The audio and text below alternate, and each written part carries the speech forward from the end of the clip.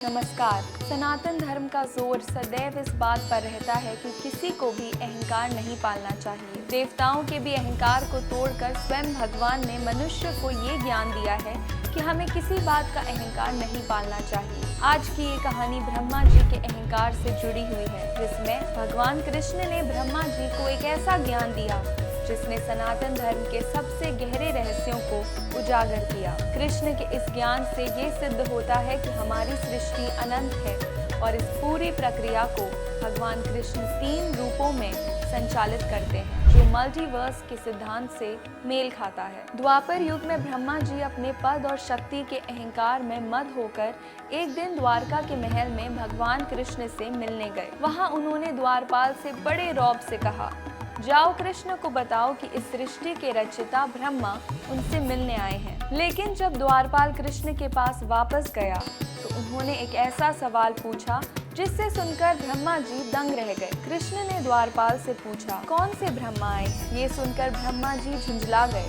उन्होंने सोचा, रचयिता तो मैं ही हूँ, मेरे अलावा और कौन हो सकता है? उन्होंने गर्व से कहा, मैं 4 सिर वाले ब्रह्मा हूँ जो इस सृष्टि के पिता हैं। लेकिन जब वो महल के अंदर गए तो उनके होश उड़ गए। वहाँ पहले से लाखों ब्रह्मा मौजूद थे, जिनमें से कुछ के 10 सिर थे, कुछ के 100 और कुछ के तो 1000। वो सब अलग अलग ब्रह्मांडों से आए थे। ये देखकर ब्रह्मा जी को ये समझ में आ गया कि वो इस अनंत सृष्टि में एक छोटी सी बूंद के समान है। फिर भगवान कृष्ण ने ब्रह्मा जी को मुस्कुराते हुए बताया कि विष्णु एक ही है, लेकिन वो 3 रूपों में इस मल्टीवर्स को संचालित करते हैं। महाविष्णु, वो क्षीर सागर में अनंत निद्रा में लेटे रहते हैं। जब वो सांस छोड़ते हैं तो एक धमाका होता है, जिसे विज्ञान बिग बैंग के नाम से जानता है।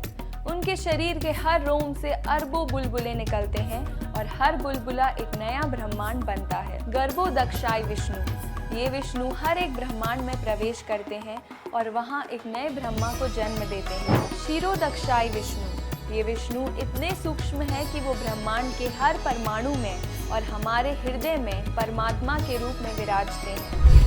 इस कहानी से ये स्पष्ट होता है कि भगवान केवल आसमान में नहीं बल्कि हमारे भीतर भी मौजूद है।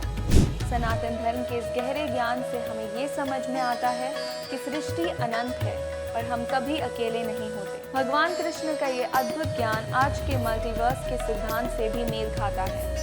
यदि आपको सनातन की ये जानकारी अच्छी लगी हो तो कमेंट में जय श्री कृष्ण लिखें और हमारे प्लेटफॉर्म दिव्य सनातन को फॉलो करें। धन्यवाद। नमस्कार।